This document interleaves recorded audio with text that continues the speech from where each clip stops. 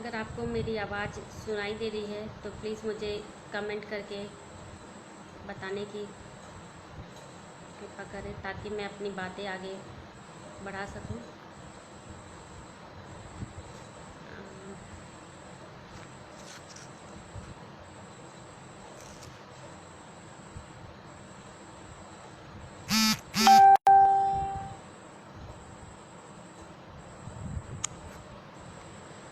Mahamana school of thoughts के इस Facebook page पर मैं अपने सभी देखने और सुनने वाले और मेरे विचारों को सुनने वालों को मैं धन्यवाद देना चाहती हूँ तथा इस महामना स्कूल ऑफ थॉट्स के फेसबुक पेज पर मुझे आमंत्रित करने के लिए मैं सम्मानित सदस्यों को धन्यवाद ज्ञापित करना चाहती हूँ, जिसमें प्रमुख रूप से डॉक्टर मनीषा सिंह, श्रीमती श्रद्धा शुक्ला, डॉक्टर अरविंद शुक्ला जी, डॉक्टर तारकेश्वर नाथ Tiwari ji, doctor Praveen Singh ji, doctor Vijay Singh ji, doctor अनिश सिंह जी, डॉक्टर शशिकांत तिवारी, जिन्होंने मुझे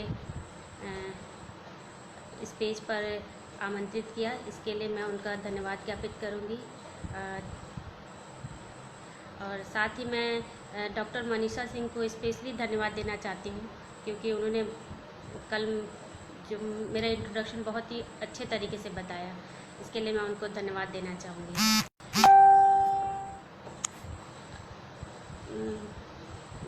मुझे इस पेज पर महिलाओं की स्वास्थ्य समस्या के बारे में महिलाओं की स्वास्थ्य की समस्याओं के बारे में बात करना है। महिलाओं का स्वास्थ्य समस्या क्या क्या हो सकता है। हम जानते हैं कि महिला का स्वास्थ्य क्या होता है, पहले इस पे बात करेंगे। जब एक महिला स्वस्थ रहती है तो वह प्रसन्न रहती है और उसमें वो सक्रिय, समझदार, अपने आप को योग्य महसूस करती है और उसमें इतनी शक्ति और बल होती है कि वो अपने सभी कामों को बहुत अच्छे तरीके से कर लेती है और समाज और परिवार में निर्धारित उसके मानक को पूरा कर लेती हैं। जब महिला स्वस्थ नहीं रहती है तो उनका परिवार भी स्वस्थ नहीं रहता है। इसीलिए कहते हैं कि महिलाओं को स्वस्थ रहना बहुत ज़रूरी है। अगर महिलाओं को स्वास्थ्य उसके जीवन के हर पहलू को प्रभावित करता है। महिलाएं आज महिलाएं पुरुषों के साथ कंधे से कंधा मिलाकर चल रही हैं। इसके बावजूद उनको बहुत सारी समस्याओं का सामना करना पड़ता है, चाहे वो सामाजिक हो, मानसिक हो, आर्थिक हो या शारीरिक रूप से। तो हम उन समस्याओं के बारे में आज बात करेंगे जो महिलाओं में अधिकतर देखे जाते हैं। ऐसी महिलाओं की समस्याएं तो इतनी ज़्यादा हैं कि उनके बारे में बात करें तो बातें कभी ख़त्म ही नहीं हो सकती। इसलिए आज हम कुछ ऐसे बातों को बताएंगे जो खास आमतौर पर महिलाओं में देखा जाता है और महिलाएं इसे नज़रअंदाज भी कर देती हैं, जिसके कारण काफ़ी भयानक रूप या उनको बहुत ज़्यादा दिक्कतों का सामना करना पड़ता है। तो आइए हम जानते हैं कि ऐसी कौन कौन सी समस्या है महिलाओं की जिसको हम समझें, ताकि आप समझें, जितने सुनने और देखने वाले समझें, ताकि वो अपने घर की महिलाओं का ध्यान दे सके या समाज में महिलाओं को ध्यान दे सके। तो महिलाओं में सबसे आम समस्या होती है खून की कमी होना। आजकल महिलाएं कामकाजी होती हैं। उन घर में काम, बाहर काम, इन सब कामों के कारण वो अपने देखभाल नहीं कर पाती, ना ही वो अपने खाने पीने का ध्यान दे पाती हैं, और जिसके कारण उनको पोषण नहीं मिल पाता। जब उनको पोषण नहीं मिल पाता है तो वो पोषण नहीं मिल पाता तो उनमें खून की कमी हो जाती है, कुपोषण की शिकार हो जाती हैं। तो महिलाएं अधिकतर सही ढंग से खाना ना खाना, या महिलाओं में अधिकतर देखा जाता है कि अनियमित रक्तस्राव हो जाता है, जिसके कारण उनमें एनीमिया की शिकायत हो जाती है। तो ऐसे में हम देखेंगे कि एनीमिया जब महिलाओं में जब खून की कमी होती है तो उनमें क्या क्या लक्षण दिखते हैं या उनमें क्या क्या समस्याएं आती है। तो अधिकतर खून की कमी से सबसे पहले देखा जाएगा तो खून की कमी से उन्हें थकान, कमजोरी महसूस होता है, वीकनेस लगता है, नींद नहीं आती है, शरीर में सूजन हो जाएगी, हाथ पैर में स्वेलिंग आ जाती है, चेहरा स्किन ड्राई हो जाता है, चेहरे में पीलापन आ जाता है, त्वचा एकदम पीली पड़ जाती है, सांस फूलना, चक्कर आना, सर में दर्द रहना, हाथ पैर का ठंडा हो जाना या चलने में थकान महसूस करना, हार्ट रेट का अनियमित होना, ये सब लक्षण हमको दिखते हैं जब महिलाओं में जब महिलाओं में खून की कमी होती है। तो ऐसे में महिलाओं को इन सब चीज़ों को नज़रअंदाज नहीं करना चाहिए। उन्हें इन सब समस्याओं को करने के लिए अपना रूटीन चेकअप करवाना चाहिए। उन्हें अपने फैमिली डॉक्टर से संपर्क करना चाहिए अगर इस तरह की समस्याएं आ रही हैं तो। और ग्रामीण इलाकों में ये समस्या ज़्यादा पाई जाती हैं, जहाँ पर महिलाओं को सही पोषण नहीं मिल पाता है, इसके कारण उनको ये समस्या ज़्यादा होती है।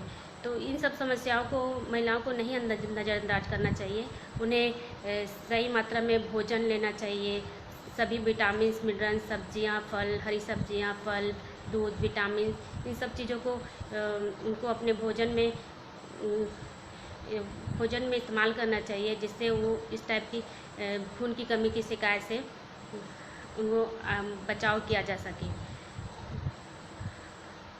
महिलाएं अक्सर इन सब चीज़ों पे लापरवाही करती हैं, इन सब चीज़ों को ध्यान नहीं देती हैं।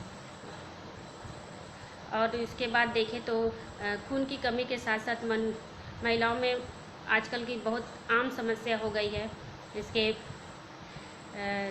जिसमें देखा जाए तो आम समस्या में सबसे मुख्य होता है थायराइड की समस्या। आजकल किसी भी महिलाओं को देखो तो वो थायराइड की शिकार हो जाती है, थायराइड की शिकार हो जाती हैं। थायराइड महिला में होने वाली सबसे खास बीमारी है। थायराइड के कारण महिलाओं में बहुत सारी समस्याओं का सामना करना पड़ता है। थायराइड जो ग्रंथि होती है वो बहुत महत्वपूर्ण ग्रंथि होती है, जो शरीर के सारे हार्मोन्स का कंट्रोल नियंत्रित करती है। जब थायराइड ग्रंथि में कोई दिक्कत महसूस होती है तो ये सब हार्मोन डिस्टर्ब हो जाते हैं, और महिलाओं के लिए सबसे महत्वपूर्ण ग्रंथि होती है। महिलाएं को इसके कारण बहुत सारी समस्या का सामना करना पड़ता है। तो थायराइड की कमी के कारण महिलाओं में अक्सर जब थायराइड की कमी होती है शरीर में, तो थायराइड हार्मोन जो होता है वो भोजन पचाने का काम करता है। भोजन जब पचता है तो शरीर में एनर्जी बढ़ती है। जब ये थायराइड की कमी हो जाती है तो भोजन नहीं पच पाते हैं, जिसके कारण शरीर में एनर्जी लेवल कम हो जाता है। इससे महिलाओं में अक्सर सुस्ती, थकान ये देखने के लिए मिलता है। तो थायराइड में सबसे ज़्यादा परेशानी महिलाओं को सुस्ती, थकान होना, कमजोरी होना और वज़न का बढ़ना। थायराइड की कमी के कारण महिलाओं का वज़न अक्सर 1-2 महीनों में 2-2.5 किलो वज़न बढ़ जाता है। बालों का झड़ना, नींद ना आना, सुस्ती लगना, थकान लगना, घबराहट महसूस होना, ये सब परेशानियां महिलाओं में देखा जाता है। और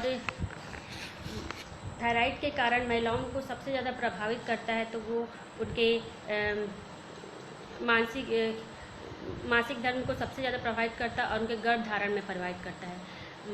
थायराइड के कारण महिलाओं में मासिक धर्म अनियमित हो जाता है, इरेगुलर रहेगा या बहुत दिनों तक रहता है, प्रोलॉन्ग रहता है या कभी कभी बंद भी हो जाता है। तो थायराइड के कारण गर्भ धारण करने में महिलाओं को दिक्कत होती है। जब थायराइड की कमी होती है तो ओव्यूलेशन में बाधित हो जाता है, जिसके कारण महिलाओं को गर्भ धारण करने में दिक्कत महसूस होती है। और अगर गर्भवती हो भी जाती हैं तो थायराइड इसके कारण मिसकैरेज होने के बहुत चांसेस होते हैं। इसीलिए महिलाओं को हमेशा बीच में अपने थायराइड जांच करवानी चाहिए और इन समस्याओं को इग्नोर नहीं करना चाहिए। अधिकतर महिलाएं इन सब समस्याओं को नज़रअंदाज करती हैं, इन समस्याओं को ज़्यादा उसमें नहीं लेती इसके कारण। और थायराइड जो होता है वो अधिकतर महिलाओं को स्ट्रेस, टेंशन के कारण होता है। या जब थायराइड ग्लैंड में या आयोडीन की कमी हो जाए या थायराइड ग्लैंड में कोई इन्फेक्शन हो जाता है, वायरल संक्रमण हो जाता है तो इसमें स्वेलिंग आ जाता है और ये थायराइड ग्लैंड काम करना बंद कर देते हैं, जिससे सिक्रीशन नहीं हो पाता हार्मोन्स के। इसके कारण ये सब महिलाओं को दिक्कत होती है। थायराइड के कारण महिलाओं को मांसपेशियों में दर्द भी महसूस होती है, जिसके कारण उनको पूरे शरीर में दर्द होना नाखून भी कमज़ोर होने लगते हैं। अधिकतर महिलाओं को कब्ज़ की शिकायत हो जाती है। और साथ ही इसमें महिलाओं को बहुत चिड़चिड़ापन रहता है, सुस्ती रहता है, काम करने का मन नहीं करता है, नींद लगती है। इस टाइप के लक्षण इसमें पाया जाता है, जिससे हम इससे महिलाओं को चाहिए कि अगर उन्हें इस टाइप की समस्याओं का सामना कर रही हैं तो उसको वो निसंकोच अपने जो डॉक्टर हो, फैमिली डॉक्टर हो, उनसे मिले, उनसे अपनी समस्याओं को खुलकर बताएं, जिससे उनको इस सब समस्याओं से छुटकारा मिलता है। इसलिए चाहिए कि महिलाएं अक्सर शर्म या संकोच से बातें नहीं करती हैं, कुछ बातें छुपा लेती हैं। इसलिए घर के लोगों को उनको चाहिए कि वो अपने घर की महिलाओं का ध्यान रखें। उन्हें अगर कोई समस्या होती है तो उसका तुरंत इलाज करवाएं ताकि वो स्वस्थ रहें, क्योंकि जब महिलाएं स्वस्थ रहेंगी तभी उनका पूरा परिवार स्वस्थ रहता है। जब महिला स्वस्थ नहीं रहेगी तो परिवार में बहुत सारी दिक्कतें आने लगती हैं। तो महिलाओं के स्वास्थ्य के लिए ज़रूरी है कि उनकी सारी समस्याओं का समाधान किया जाए। उसके बाद हम देखते हैं कि महिलाओं में अगर देखा जाए तो आजकल स्तन कैंसर महिलाओं की सबसे आम समस्या होती जा रही है। जो अधिकतर आजकल महिलाओं के सबसे प्रमुख कैंसर में स्तन कैंसर होता है और सर्वाइकल कैंसर होता है। ये सब कैंसर जो होता है मुख्य होता है। तो स्तन कैंसर की हम बात करेंगे तो ये महिलाओं को बहुत सारी महिलाओं को आजकल होता है, और महिलाएं कुछ शर्म या संकोच से इन सब चीज़ों को नहीं बताती, तो यह एक भयानक रूप ले लेता है। तो इस महिलाओं को चाहिए कि अगर इन्हें कुछ इस प्रकार की समस्या हो तो उसको अच्छे से बताएं। जैसे स्तन कैंसर की बात करेंगे तो यह स्तन में गांठ बन जाता है और उसमें उभार आ जाती है, जो कि बाकी त्वचा से अलग दिखती है, या स्तन के बनावट में चेंजेस हो जाती है, उसका रूप बनावट में चेंजेस आ जाती है, दर्द महसूस होता है, या उसकी स्किन लाल हो जाती है, उस एरिया की स्किन लाल हो जाती है, वहाँ की स्किन जो होती है खुश्क हो जाती है, और उसमें दर्द महसूस होता है, जैसे दर्द महसूस होना या लालिमा आना, इस टाइप के लक्षण दिखते हैं उसमें। और कभी कभी इसमें निप्पल एरिया में दर्द होना या उसमें खून का स्त्राव होना, ये सब अधिकतर केस में दिखता है। तो कई महिलाएं ये सब चीज़ों को नज़रअंदाज करती है, या शर्म से या संकोच से, जो भी हो, लेकिन उनको चाहिए कि वो इसको खुल के बात करें अपने घर में, और ये इसके लिए वो अपने जो डॉक्टर हो, फैमिली डॉक्टर हो, उनसे संपर्क करें उसमें, क्योंकि इसके कारण के ब्रेस्ट कैंसर में देखें तो एक लंप बन जाता है, जो दर्द होगा और इरिटेशन होना, उसमें ये सब समस्याएं दिखता है। और हम बात करेंगे तो महिलाओं को चाहिए कि अगर स्तन कैंसर होने के कारण देखते हैं तो कई बार यह फैमिली हिस्ट्री में किसी के रहते हैं, जैसे घर परिवार में पहले किसी को फैमिली हिस्ट्री में रहे, उनको होने का चांस रहता है, या मोटापा हो सकता है, या बढ़ती उम्र के कारण हो सकता है। जो महिला स्तनपान नहीं कराती हैं उनको भी ये परेशानियों का सामना करना पड़ता है। इसलिए महिलाओं को चाहिए कि वो इन सब लक्षणों को, अगर उनको लगता है इस तरह के लक्षण, तो उसके लिए वो अनदेखा ना करें, उसे आराम से अच्छे से समझ के उन्हें डॉक्टर संपर्क करके खुल के उसका वो करें, जिससे कि उनका अच्छे से जांच हो, और उसके बाद कैंसर हो, अगर कैंसर निकलता है तो उसको इलाज हो, क्योंकि कैंसर की बीमारी ऐसी है जिसका नाम सुनते ही लोग थोड़ा सा डर जाते हैं, लेकिन ये कोई भयानक बीमारी नहीं है। अगर इसका समय रहते इलाज हो जाएगा तो इसे हम दूर कर सकते हैं, और इसीलिए महिलाओं को इसमें बहुत देरी नहीं करना चाहिए। इसके बाद हम बात करेंगे महिलाओं में एक बहुत ही आम बीमारी, क्या जो एक ऐसी बीमारी जो हर महिलाएं उस बीमारी से कहते गुजरती हैं, उसको हम मेनोपॉजल सिंड्रोम कहते हैं। मेनोपॉज क्या होता है? मेनोपॉज वो स्थिति होती है जब महिलाओं का मेंस्ट्रुअल साइकिल बंद हो जाता है, अर्थात इसको हम कहेंगे तो इसको हम ये भी कह सकते हैं कि महिलाओं का रिप्रोडक्शन का लाइफ जो होती है वो इसमें ख़त्म हो जाती है। यह ओवरी में हार्मोन्स जो रहते हैं एस्ट्रोजन प्रोजेस्टेरॉन वगैरह ये बंद हो जाते हैं, इसके कारण ये मेनोपॉज सिंड्रोम हो जाता है। मेनोपॉज सिंड्रोम से हर महिला सफ़र करती है, क्योंकि ये हर महिला के साथ होता है। और इस मेनोपॉज की उम्र देखें तो इसको हम 45 से 50-55 साल के एज तक निर्धारित करते हैं कि इस एज में होता है।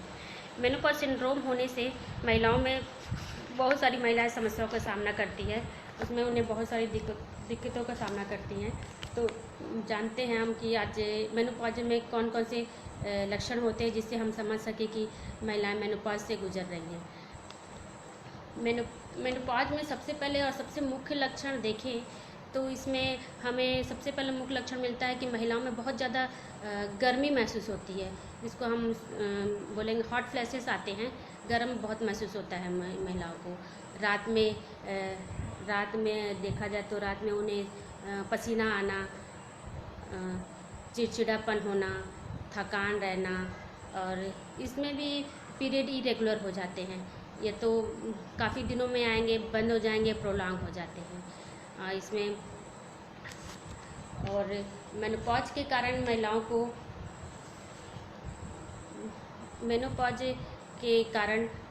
में नींद नहीं आने वाली समस्या हो जाती है, और या तो नींद नहीं आती है, एंजाइटी, टेंशन में रहते हैं, डिप्रेशन में चले जाते हैं। और डिप्रेशन में जाना, एंजाइटी होना, बार बार यूरिन जाना या यूरिन इन्फेक्शन होना, इस टाइप की सिम्टम आता है। या तो ऑस्टियोपोरोसिस, मेनोपॉज में ऑस्टियोपोरोसिस होते हैं। इसके कारण, ऑस्टियोपोरोसिस के कारण महिलाओं को फ्रैक्चर होने का खतरा ज़्यादा रहता है। खतरा ज़्यादा रहता है कि क्योंकि ऑस्टियोपोरोसिस होने के बाद महिलाओं में हड्डियाँ कमज़ोर हो जाती हैं, तो उनको फ्रैक्चर होने के ज़्यादा चांसेस रहते हैं। और जॉइंट पेन होना, मसल्स पेन होना, ये मेनोपॉज सिंड्रोम के लक्षण हैं, जिसमें कि या तो फिर ब्रेस्ट में सोरनेस आती है, दर्द महसूस होता है, नींद की कमी हो जाती है, इसमें नींद नहीं आती है। क्या बोलते, देखा जाए तो मेनोपॉज के कारण महिलाओं में मेमोरी लैप्स होने लगती है, उनके सोचने की क्षमता थोड़ी कम हो जाती है, या कंसंट्रेशन में डिफ़िकल्टी होती है, कंसंट्रेट नहीं कर पाती किसी चीज़ को। वेट बढ़ने लगता है, वेट बढ़ने लगेगा, इरिटेबिलिटी आती है। और देखा जाए तो मेनोपॉज के कारण महिलाओं में हार्ट रेट बढ़ जाते हैं, हार्ट बीट, उनको धड़कनें बहुत ज़्यादा महसूस होने लगती है, वीकनेस बहुत महसूस होती है। ये सब मेनोपॉज में होने वाली समस्याएं होती हैं। और मेनोपॉज के कारण बार बार यूरिन इन्फेक्शन होने के चांसेस ज़्यादा रहता है। ये एस्ट्रोजन हार्मोन के नहीं बनने के कारण होता है। तो मेनोपॉज एक ऐसी स्थिति होती है महिलाओं में जो कि एक बढ़ती उम्र के साथ होता है, और इससे बहुत ज़्यादा समस्याएं होती हैं, जिसमें कि महिला अपने आप को स्वस्थ महसूस ही नहीं करती हैं। और अधिकतर महिलाएं इस मेनोपॉज को नहीं समझ पाती हैं, और उन्हें समझ ही नहीं आता कि उनको क्या हो रहा है। वो तरह तरह की बीमारियां सोचने लगती हैं, जबकि यह इस उम्र अगर 40-45 के बाद महिलाओं में इस टाइप के अगर लक्षण दिखते हैं तो उनको ये सोचना चाहिए कि महिलाओं को सोचना चाहिए कि हमको इस टाइप की परेशानियां हो रही हैं, तो हो सकता है कि ये मेनोपॉज वाली टाइम हो, लेकिन अधिकतर महिलाएं ये नहीं जानती हैं। तो इसलिए उन्हें अगर इस स्थिति का सामना करना पड़ रहा है या इन समस्याओं का सामना करना पड़ रहा है, तो उनको डॉक्टर से संपर्क करना चाहिए। क्योंकि महिलाएं अगर इस टाइप की समस्याएं आती है तो वो कुछ अलग सोचने लगती हैं कि मुझे ये हो रहा, मुझे वो हो रहा, इस टाइप की बीमारियाँ, और एग्जैक्ट बीमारी तक पता नहीं चल पाते हैं। इसीलिए महिलाओं को इस समय इन समस्याओं को अच्छे से इनको करना चाहिए। उनके साथ उनके घर में जो हैं उनको भी इन सब सिम्टम, अगर ऐसे सिम्टम आते हैं तो उनके घर वालों को भी चाहिए कि उनको ये इस तरह से डॉक्टर को दिखाएं या उनका जांच करवाएं, सबसे मुख्य कारण अगर मुख्य लक्षण देखें तो इसमें मेनोपॉज में होता है कि महिलाओं को पीरियड बंद हो जाते हैं, 6 महीना साल भर ये बंद हो जाते हैं। तो उनको इस लक्षण से समझ जाना चाहिए कि हम उस स्थिति से गुजर या उस समस्या से गुजर रहे हैं। और इस महिला संकोच के कारण नहीं बोल पाती, या बोले तो आज समाज में महिलाएं कितना भी आगे क्यों नहीं बढ़ जा रही हैं, लेकिन समाज में महिलाओं के स्वास्थ्य के लिए अभी उतना अवेयरनेस है ही नहीं। लोग महिलाओं के स्वास्थ्य को उतना अवेयर नहीं लेते हैं, वो उनको इसलिए महिलाओं में इन सब चीज़ों को बड़ी दिक्कत और समस्याओं का सामना करना पड़ता है। इसके बाद हम बात करेंगे महिलाओं की एक और समस्या है जो अधिकतर आजकल महिलाओं में देखा जा रहा है, वो होता है कि polycystic ovarian syndrome. Polycystic ovarian syndrome में ओवरी जो रहता है उसमें सिस्ट बन जाती है, गांठ बन जाती है, जिसके कारण पूरे महिला के पूरे स्वास्थ्य में दिक्कतें आने लगती हैं। और स्वास्थ्य में दिक्कत आएगी तो उनको सबसे पहले देखा जाता है तो पॉलीसिस्टिक ओवेरियन सिंड्रोम के कारण मेटाबॉलिज्म पूरा नियंत्रित नहीं रहता है, जिसके कारण मेटाबॉलिज्म नियंत्रित नहीं रहता है। और मन कहते महिलाओं के स्वास्थ्य में देखें तो असमय देखेंगे तो इसमें सबसे मुख्य लक्षण होता है कि महिलाओं को चेहरे में, हाथ पैर में, फेस में, सब में बाल आने लगते हैं। मोटापा बढ़ जाता है या मोटापा कम हो जाता है। पीरियड इरेगुलर हो जाएंगे या प्रोलॉन्ग हो जाएंगे, जिसके कारण महिलाएं समझ नहीं पाती हैं। और खासकर ये यंग लड़कियों में भी ये पाया जाता है, जिससे वेट गेन होने लगेगा, फेस में चेहरे पे बाल आने लगते हैं, गले या गले के नेक के पीछे वाली जो स्किन होती है वो मोटी और काली हो जाती है, पीरियड इरेगुलर हो जाते हैं, चेहरे पे, चेस्ट पे, कमर पे पिंपल्स निकलने लगते हैं, बाल पतले होने लगते हैं, झड़ने लगते हैं, या देखें तो पुरुषों के जैसे गंजापन आने लगता है। पेल्विक एरिया में, पेट में दर्द महसूस होने लगता है, भूख कम लगती है, भूख कम लगेगी, या पेट में सूजन आने लगता है, दर्द होने लगता है। इस प्रकार अगर लक्षण दिखते हैं तो वो ओवेरियन सिंड्रोम के हो सकते, पॉलीसिस्टिक ओवेरियन सिंड्रोम के लक्षण हो सकते हैं। और ये पॉलीसिस्टिक जो सिस्ट बनते हैं अपनी ओवरी में, इसके कारण महिलाओं को गर्भधारण करने में दिक्कत होती है, तो गर्भधारण की दिक्कत हो जाती है, जिसके कारण हार्मोन्स पूरे डिस्टर्ब रहते हैं और ये हार्मोन इम्बैलेंस हो जाता है, इसके कारण ये परेशानियां होती हैं।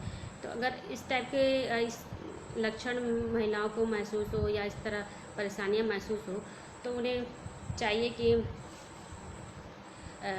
डॉक्टर संपर्क करें, अपना टेस्ट वगैरह कराएं और इसका सही इलाज कराएं। और गांठ की समस्या तो महत्वपूर्ण है ही महिलाओं में। अक्सर बच्चेदानी में गांठ हो जाती है महिलाओं के उटरस में, जिसके कारण उनको गर्भधारण करने में दिक्कत होती है और अनियमित ब्लीडिंग होने लगती है, पीरियड या तो लेट होने लगते हैं या तो ब्लीडिंग हो गई। ये सब गांठ की समस्याओं में आते हैं। ये बहुत महत्वपूर्ण समस्या है ये गांठ वाली। डॉक्टर अरविंद शुक्ला जी ने ये बोला है कि गांठ की समस्या बहुत महत्वपूर्ण है, तो मैं इस बारे में बात करूँगी आगे चल के कि गांठ के कारण, महिलाओं में गांठ के कारण ही आगे चल के यूट्रस में कैंसर होना या बच्चेदानी को कैंसर जो बोलते हैं वो हो जाता है। तो हम इस स्थिति में बात कर रहे थे पॉलीसिस्टिक ओवेरियन सिंड्रोम का। तो पॉलीसिस्टिक ओवेरियन सिंड्रोम में जो मैंने लक्षण बताए हैं वो अधिकतर देखने को मिलते हैं कि महिलाएं आती हैं, वो कहती हैं कि मेरे चेहरे पे बाल आने लगे हैं, पता नहीं क्यों बाल आ रहे हैं। जैसे कि इसमें क्या होता है कि मेल हार्मोन इंक्रीज़ हो जाते हैं। मेल हार्मोन इंक्रीज़ होने के कारण महिलाओं के चेहरे में दाढ़ी आने लगना है, थोड़े बाल आने लगते हैं, तो महिलाओं में ये समस्या पाई जाती है।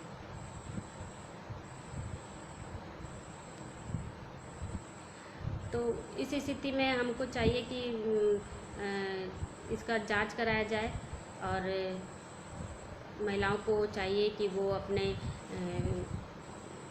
समस्याओं को खुल के बात करें और उन समस्याओं का समाधान करें। और दिनचर्या और रहन सहन की बात है तो उनको अपने खाने पीने की मामलों में खाने पीने का जो होता है रूटीन खाने पीने से वो करना चाहिए कि अच्छे फल सब्जियां फ्रूट या शाकाहारी खाना पौष्टिक चीज़ें लेनी चाहिए अपने लिए। और ये जंक फूड वगैरह नहीं लेना चाहिए। कुछ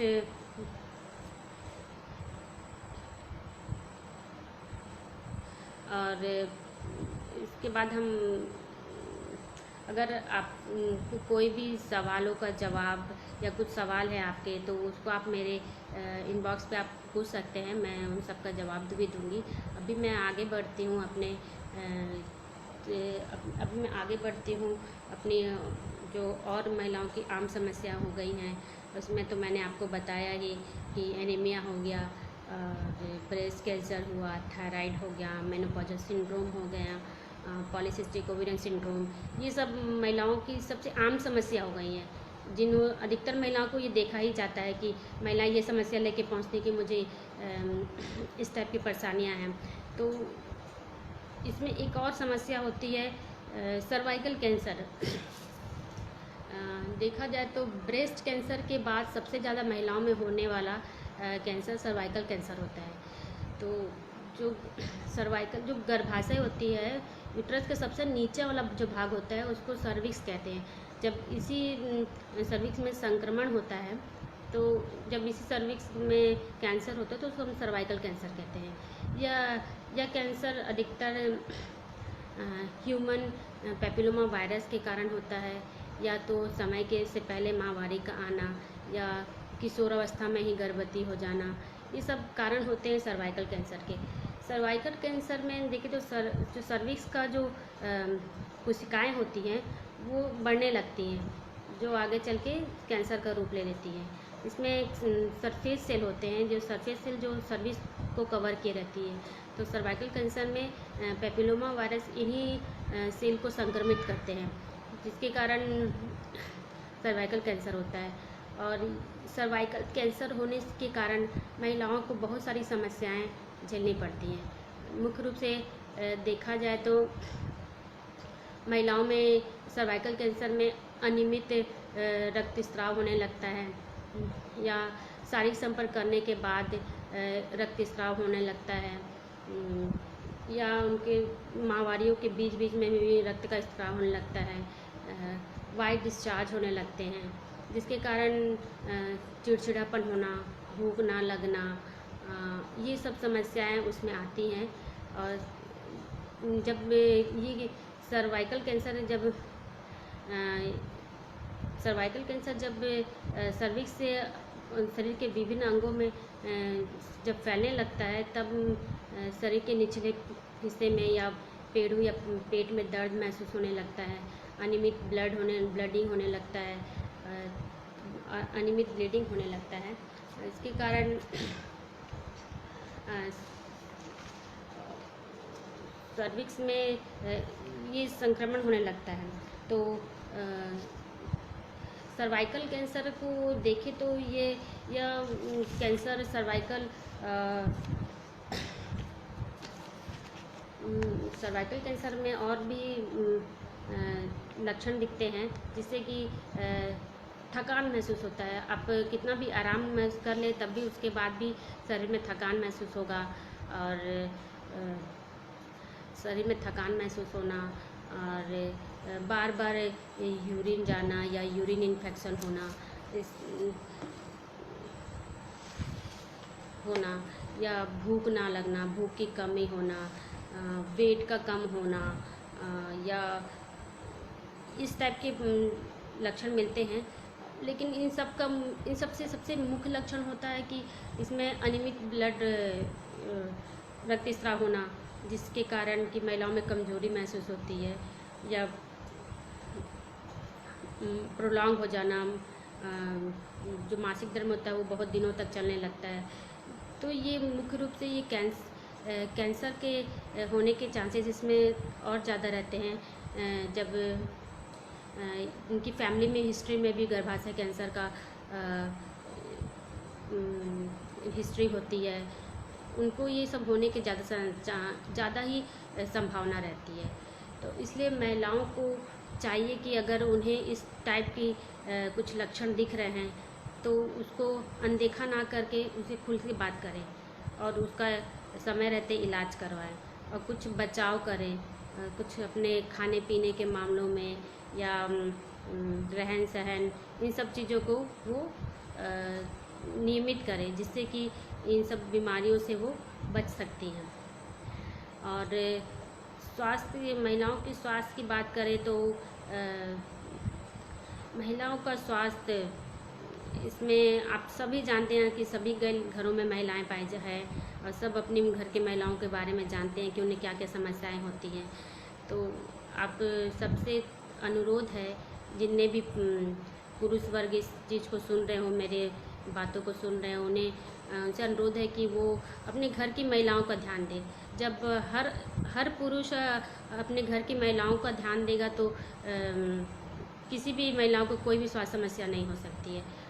जब अपने घर में हम ध्यान देंगे तो समाज में भी इस चीज़ का असर होता है। महिलाएं जब स्वस्थ रहेंगी तब वो आपका परिवार स्वस्थ रहेगा और सब चीज़ एक शेड्यूल से चलता रहता है। और अगर आप किसी को कुछ भी अगर मेरे उसमें पूछना हो तो मेरे इनबॉक्स से पूछ सकते हैं। और महिलाओं के स्वास्थ्य के में देखा जाए तो किस बारे में बात कर सकते हैं, तो गर्भाशय कैंसर जो बोलते हैं, यूट्रस का बच्चेदानी में कैंसर, सर्विक्स कैंसर, ये सब एक ही रूप होते हैं, बस इनका पार्ट अलग हो जाता है कि इसमें किसमें गर्भाशय के अलग अलग पार्ट में अलग अलग कैंसर हो जाते हैं। तो मैं सभी से अनुरोध करूँगी कि अगर ऐसे कुछ लक्षण या समस्याएं जो भी मैंने बताया महिलाओं की समस्याओं के बारे में, चाहे वो खून की कमी से हो या तो मेनोपॉजल सिंड्रोम हो, और मेनोपॉज सिंड्रोम हो या तो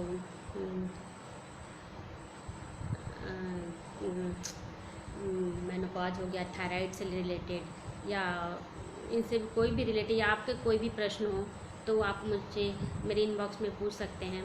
क्योंकि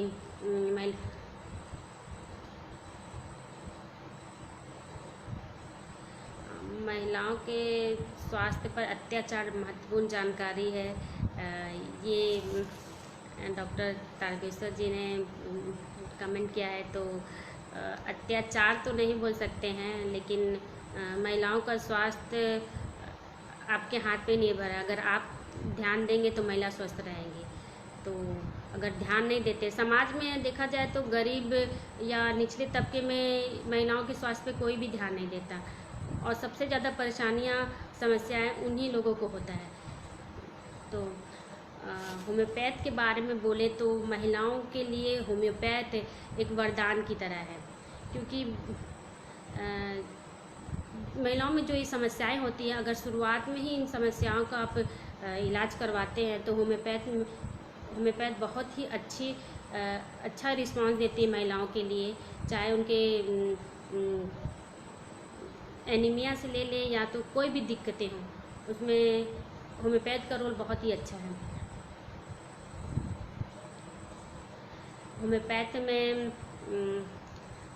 होम्योपैथ से देखें तो महिलाओं के लिए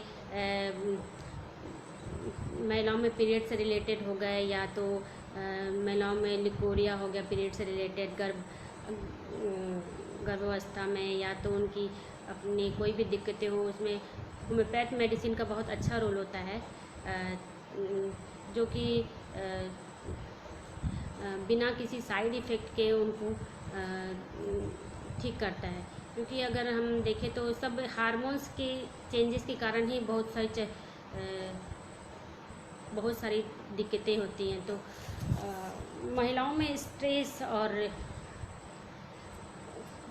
होम्योपैथी और इम्यूनिटी की बात करें तो होम्योपैथ जो है और इम्यूनिटी, उसमें होम्योपैथ जो होती है वो इम्यूनिटी क्या, वो आपके स्वास्थ्य के लिए सबसे अच्छी होती है। इम्यूनिटी में देखें तो इम्यूनिटी अगर अच्छी रहती है तो व्यक्ति स्वस्थ रहता है। और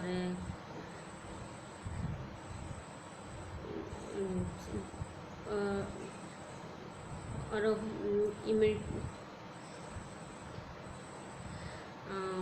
कौन सी होम्योपैथ दवाइयाँ घर पर रखना चाहिए, ये मनीषा सिंह जी का सवाल है।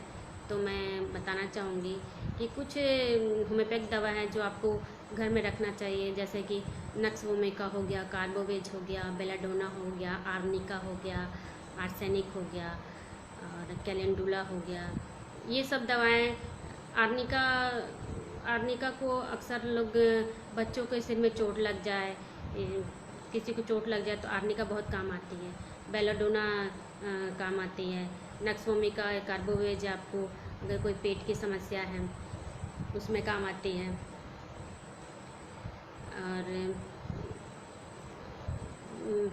और कैलेंडुला अगर चोट लग जाए तो वो एंटीसेप्टिक का काम करती है। अगर बुखार वगैरह हो जाती है तो फीवर वगैरह के लिए हम बेलाडोना हो गया या आर्सेनिक हो गया, ब्रानिया होगा, ये सब को यूज़ करते हैं। गले में कोई दिक्कत हो गई, सर्दी खांसी, इसके लिए हम इन सब मेडिसिन का यूज़ करते हैं।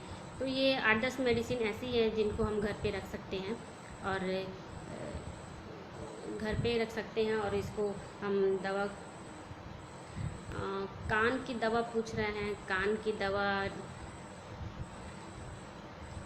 दवा तो कान में अगर दर्द है या पस आ रहे हो कान में, इसके लिए हम बेलाडोना हो गया, हिपासल्फ हो गया, साइलिसिया हो गया, ये सब दवा यूज़ कर सकते हैं। और अगर कान में जो मवाद रहते हैं तो उसमें पस में अगर बहुत बदबू हो तो इस टाइप में हम मक्सॉल, ये सब दवाओं का यूज़ करते हैं। बच्चों के लिए ज़रूरी दवाएं देखें तो बच्चों के लिए ज़रूरी दवाएं होम्योपैथ में रहती हैं, तो वो खासकर आर्निका है। आर्निका बच्चों के लिए दवाएं हैं कि अगर बच्चे अक्सर घर में गिर जाते हैं तो उनके सर पे चोट लग जाती है, तो आर्निका यूज़ करते हैं। और बेलाडोना रखना चाहिए, दर्द हो। और बुखार सर्दी जुकाम के लिए हमको आर्सेनिक हो गया, ब्रानिया हो गया, सर्दी खांसी है तो अर्जेंटम नाइट्रिकम, नक्स वोमिका भी रखना चाहिए जब पेट में दर्द हो जाए, गैस बन जाए। ये सब दवाएं होम्योपैथ दवाएं जो बच्चों में बहुत ज़्यादा ज़रूरी होती हैं। और अब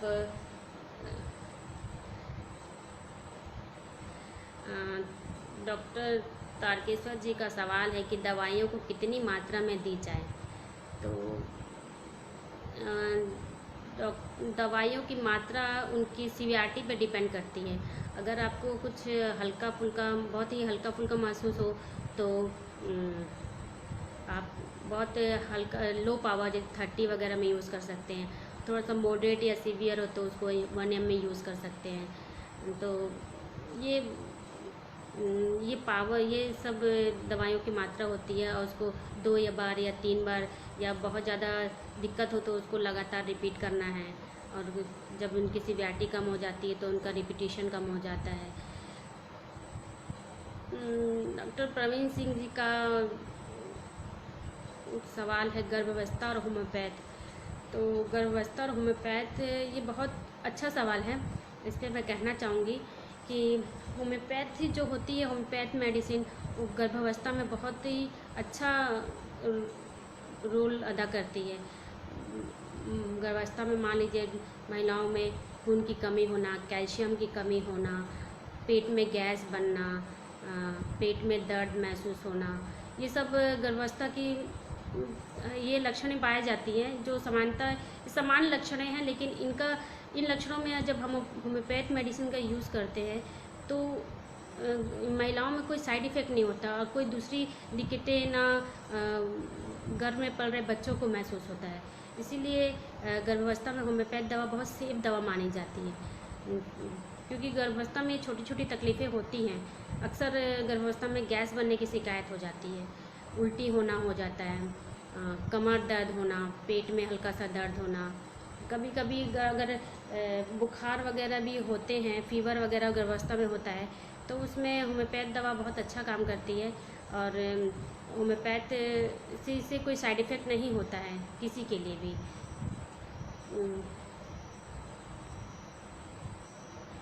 तो इसलिए होम्योपैथिक दवा और गर्भावस्था एक बहुत ही महत्वपूर्ण जानकारी है।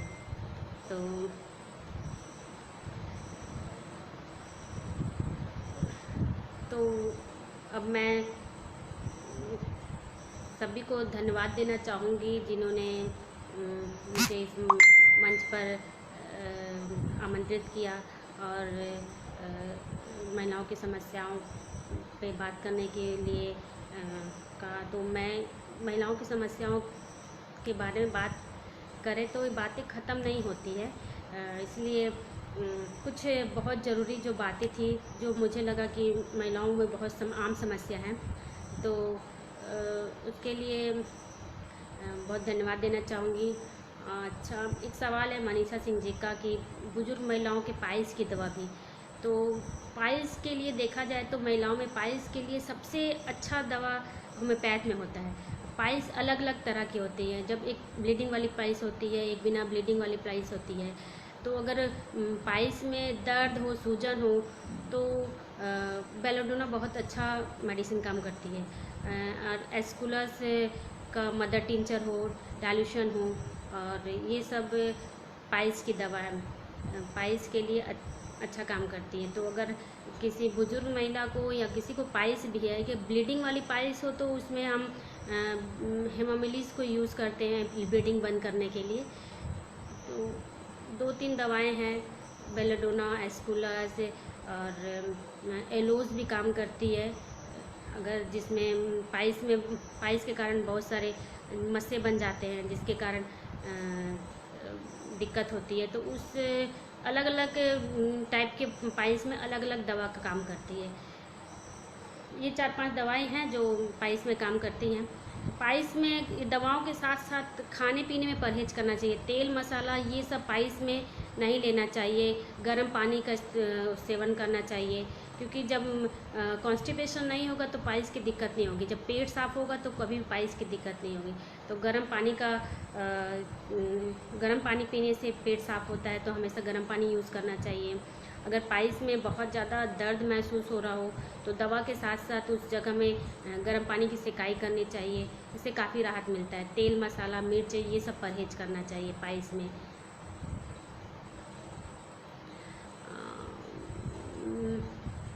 मेनोपॉज के समय महिलाओं की दिनचर्या कैसी होनी चाहिए,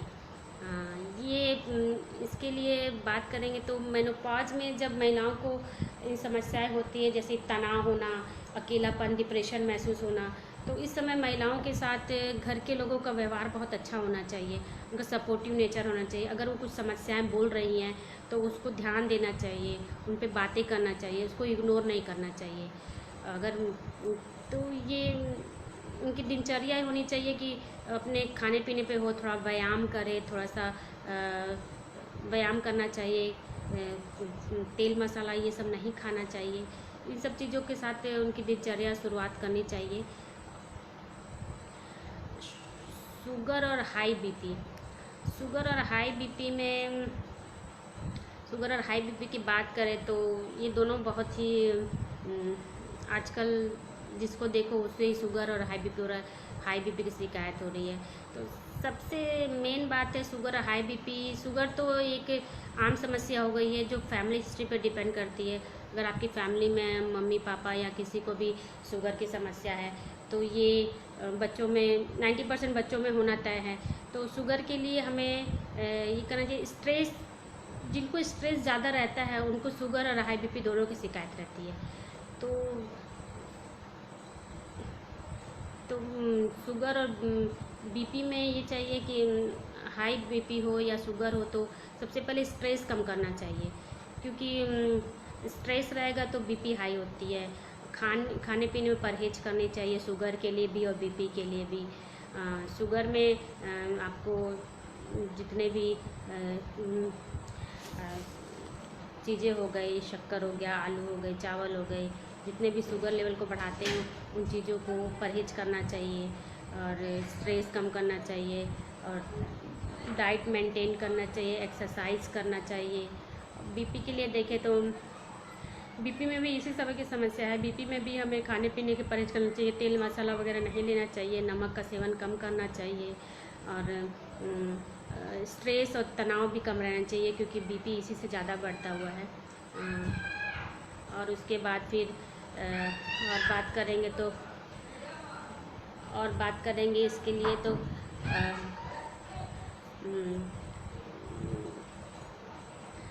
पार्किंसन की दवा पूछ रही हैं तो इसके लिए भी दवा है पार्किंसन में भी। अगर उसके सिम्टम पे डिपेंड है कि होम्योपैथी बोलते हैं सिम्टोमेटिक ट्रीटमेंट करता है, सिम्टम के आधार पर हम दवा का चयन करते हैं। तो